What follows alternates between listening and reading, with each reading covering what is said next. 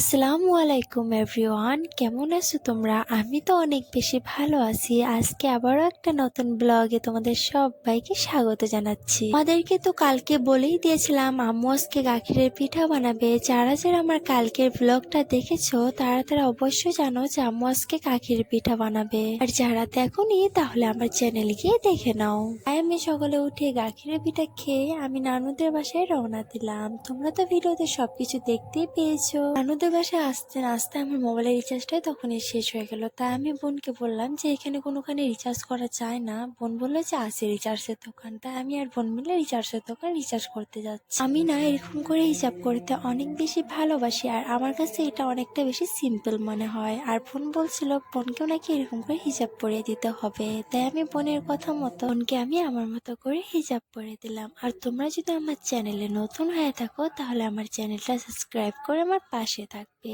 আর আমিও তোমাদের পাশে আছি। যারা যারা আমার চ্যানেলে আগে থেকে আসো তাদেরকে তো অসংখ্য ধন্যবাদ। এখানে আমার আর বোনের হিসাব করা হয়ে গেলে আমরা দু বোন মিলে রিচার্জ করতে যাই রিচার্জের দোকানে। তারপর আমরা রিচার্জ করে বাড়িতে এসে দেখি নানুপা এখানে ওলকপি আর মটরশুঁটি ছিলিয়ে রেখেছে। নানুপা নাকি রান্না করবে মাংস।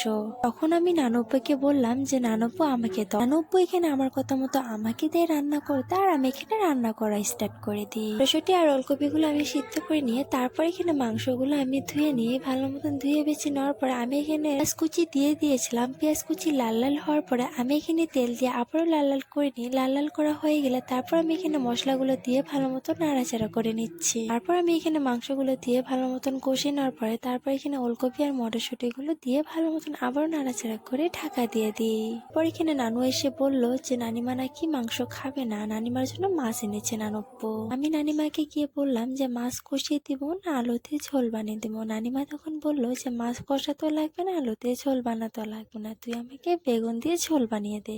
এখন আমি নানিমার কথা মতো নানিমাকে বেগুন দিয়ে মাছের ঝোল বানিয়ে দিচ্ছি। এখানে আমি মাছটা কষানো হয়ে গেলে আমি এখানে বেগুন দিয়ে ঝোল বানিয়ে নিচ্ছি। আর তখন যে মাংসটা ঢাকা দিয়ে রেখেছিলাম এখন মাংসটা ঢাকা উঠিয়ে তার উপরে দিয়ে ধনেপাতা ছিটিয়ে দিলাম। আর এখানে বেগুনের আর মাছের তরকারি ধনেপাতা কুচি দিয়ে আমি এখানে মাছের তরকারিটা আর মাংসের তরকারিটা দুটো নামিয়ে নিব।